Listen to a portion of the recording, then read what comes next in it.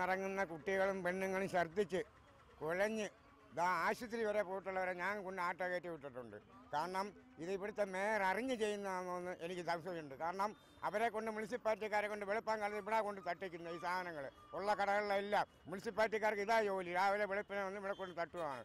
കൊല്ലം നഗരത്തിൽ എവിടെയെങ്കിലും മറവുണ്ടെങ്കിൽ അവിടെ മാലിന്യം നിക്ഷേപിക്കുകയാണ് കോർപ്പറേഷന്റെ പതിവ്. ചിന്നക്കട, അഷ്ടമുടിക്കായലിന്റെ തീരം, പീരങ്കി മൈതാനം എന്നിവിടങ്ങളിലെല്ലാം മാലിന്യം കൊണ്ട് നിറഞ്ഞിരിക്കുകയാണ്. കൊല്ലം ബീച്ചിൽ നിന്നാകട്ടെ മാലിന്യങ്ങൾ നീക്കം ചെയ്യുന്ന പോലുമില്ല.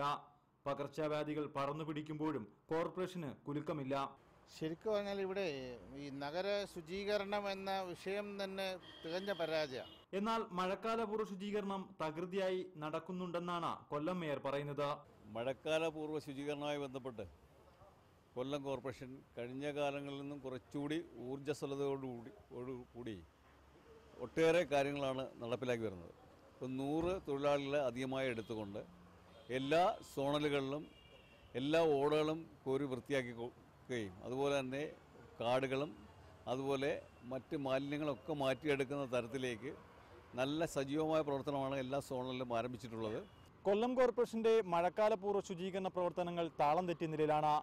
നഗരത്തിലെ ജനവാസ മേഖലകളിലെല്ലാം തന്നെ മാലിന്യങ്ങൾ കുന്നുകൂടിയിരിക്കുന്നു. ഡെങ്കിപ്പനിയടക്കം റിപ്പോർട്ട് ചെയ്തിട്ടും മാലിന്യങ്ങൾ നീക്കം ചെയ്യാൻ യാതൊരു നടപടിയും കോർപ്പറേഷൻ സ്വീകരിക്കുന്നില്ല. ക്യാമറമാൻ സിറിനൊപ്പം ഷമീർ, റിപ്പോർട്ടർ, കൊല്ലം.